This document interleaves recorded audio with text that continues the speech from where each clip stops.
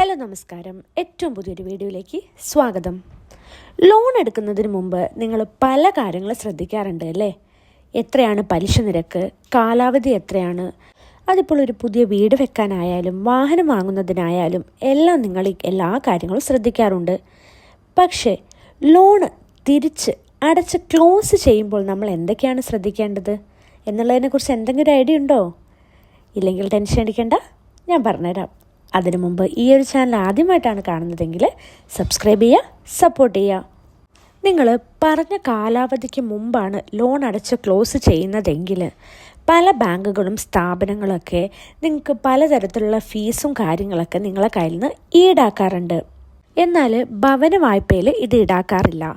പക്ഷേ നമ്മുടെ പേഴ്സണൽ ലോണിനും അല്ലെങ്കിൽ കാർ ലോണ് എന്നിവയ്ക്കൊക്കെ ഈ ഒരു ഫോർക്ലോഷർ തുക ഈടാക്കാറുണ്ട്. അതുകൊണ്ട് തന്നെ ലോണുകൾ എടുക്കുമ്പോൾ അത് മുൻകൂറായിട്ട് നിങ്ങൾ ആ ഒരു കാലാവധിക്ക് മുമ്പേ അടച്ചു തീർക്കുകയാണെങ്കിൽ ഈ ഒരു ഫോർക്ലോഷർ തുക നിങ്ങൾ പേ ചെയ്യേണ്ടി വരുമോ എന്നുള്ള കാര്യങ്ങളൊക്കെ നോക്കേണ്ടതുണ്ട്. അടുത്തതായിട്ട് നിങ്ങൾക്കൊക്കെ അറിയാവുന്നൊരു കാര്യമായിരിക്കും NOC, നോ ഒബ്ജക്റ്റീവ് സർട്ടിഫിക്കറ്റ്. നമ്മളിപ്പോൾ ഒരു വായ്പ എടുത്തിട്ടുണ്ടെങ്കിൽ അത് നമ്മൾ കുടിശ്ശികയും കാര്യങ്ങളൊക്കെ അടച്ച് തീർന്നിട്ടുണ്ടെങ്കിൽ നമുക്ക് NOC സർട്ടിഫിക്കറ്റ്, അതായത് നോ ഒബ്ജക്റ്റീവ് സർട്ടിഫിക്കറ്റ് തരുന്നതായിരിക്കും. കടം കൊടുത്ത ആളും കടം വാങ്ങിച്ച ആളും തമ്മിലുള്ള എല്ലാ തരത്തിലുള്ള രേഖാമൂലമായിട്ടുള്ള എല്ലാ തരത്തിലുള്ള ഇടപാടും കഴിഞ്ഞു എന്നുള്ളതാണ് ഈ ഒരു NOC കൊണ്ട് അർത്ഥമാക്കുന്നത്. അതുകൊണ്ട് തന്നെ ഭാവിയിൽ എന്തെങ്കിലും ഇതുമൂലം ഒരു പ്രശ്നം ഉണ്ടാവാതിരിക്കാൻ വേണ്ടിയിട്ട് ഏതൊരു ഇടപാടിന് ശേഷവും നിങ്ങൾ NOC വാങ്ങി വെക്കുന്നത് നല്ലതായിരിക്കും. ഈ ഒരു NOCയിൽ നിങ്ങളുടെ പേരും അഡ്രസ്സും നിങ്ങളുടെ വായ്പയുമായി ബന്ധപ്പെട്ട അക്കൗണ്ട് നമ്പറും കാര്യങ്ങളൊക്കെ കറക്റ്റായിട്ട് തന്നെ മെൻഷൻ ചെയ്തിട്ടില്ലേ എന്നുള്ളതും കൂടി നിങ്ങൾ ശ്രദ്ധിക്കേണ്ടതുണ്ട്.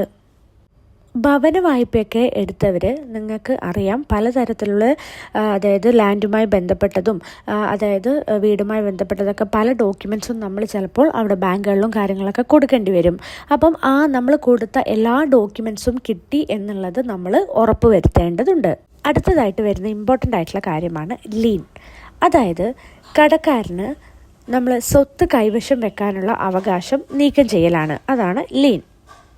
അല്ലെങ്കിൽ നിങ്ങൾ ഭാവിയിൽ നിങ്ങളുടെ പ്രോപ്പർട്ടിയൊക്കെ വിൽക്കണമെങ്കിൽ അതൊരു തടസ്സമുണ്ടായേക്കും.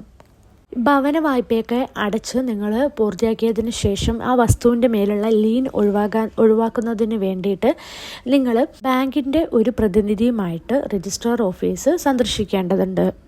ഇനി വാഹനം, അതായത് കാർ ലോണോ അങ്ങനെയുള്ള വാഹനവുമായി ബന്ധപ്പെട്ട ലോണുകളാണെങ്കിൽ അതിൻ്റെ ഹൈപ്പോത്തിഫിക്കേഷൻ ക്ലിയർ ചെയ്യാൻ വേണ്ടിയിട്ട് നിങ്ങൾ റീജിയണൽ ട്രാൻസ്പോർട്ട് ഓഫീസുമായിട്ട് ബന്ധപ്പെടേണ്ടതുണ്ട്. അടുത്ത ഒരു ഇമ്പോർട്ടൻ്റ് ആയിട്ടുള്ള കാര്യമാണ് നിങ്ങളുടെ സിവിൽ സ്കോർ. നിങ്ങൾക്ക് എല്ലാവർക്കും അറിയാം സിവിൽ സ്കോറിൻ്റെ ബേസിലാണ് നമുക്ക് പലതരത്തിലുള്ള ലോണുകളും കാര്യങ്ങളൊക്കെ ലഭിക്കുന്നത്. അതുകൊണ്ട് തന്നെ ലോണും കാര്യങ്ങളൊക്കെ ക്ലോസ് ചെയ്ത് കഴിഞ്ഞാൽ നിങ്ങൾ സിവിൽ സ്കോർ ചെക്ക് ചെയ്യേണ്ടത് അത്യാവശ്യമാണ്. നമ്മൾ വായ്പ ക്ലോസ് ചെയ്തിട്ടുണ്ടെങ്കിലും ആ ബാങ്ക് അവരുടെ സിസ്റ്റത്തിൽ പോയിട്ട് അത് അപ്ഡേറ്റ് ചെയ്താൽ മാത്രമേ നമുക്ക് നമ്മളെ സിബിൽ സ്കോറിൽ മാറ്റം വരികയുള്ളൂ. അല്ലെങ്കിൽ നിങ്ങളുടെ ക്രെഡിറ്റ് റിപ്പോർട്ടിൽ അത് കാണിക്കുകയില്ല. അപ്പോൾ ഇതൊക്കെയാണ് നിങ്ങളൊരു ലോൺ ക്ലോസ് ചെയ്ത് കഴിഞ്ഞാൽ ശ്രദ്ധിക്കേണ്ട കാര്യങ്ങൾ. അപ്പം ഈ ഒരു വീഡിയോ ഇൻഫോർമേറ്റീവായി എന്ന് തോന്നിയിട്ടുണ്ടെങ്കിൽ ഈ ഒരു ചാനൽ സബ്സ്ക്രൈബ് ചെയ്യുക, സപ്പോർട്ട് ചെയ്യുക. എന്തെങ്കിലും ഡൗട്ട്സോ കാര്യങ്ങളോ ഉണ്ടെങ്കിൽ കമൻറ്റ് ബിലോ ഞാൻ റിപ്ലൈ തരുന്നതായിരിക്കും. Thank you.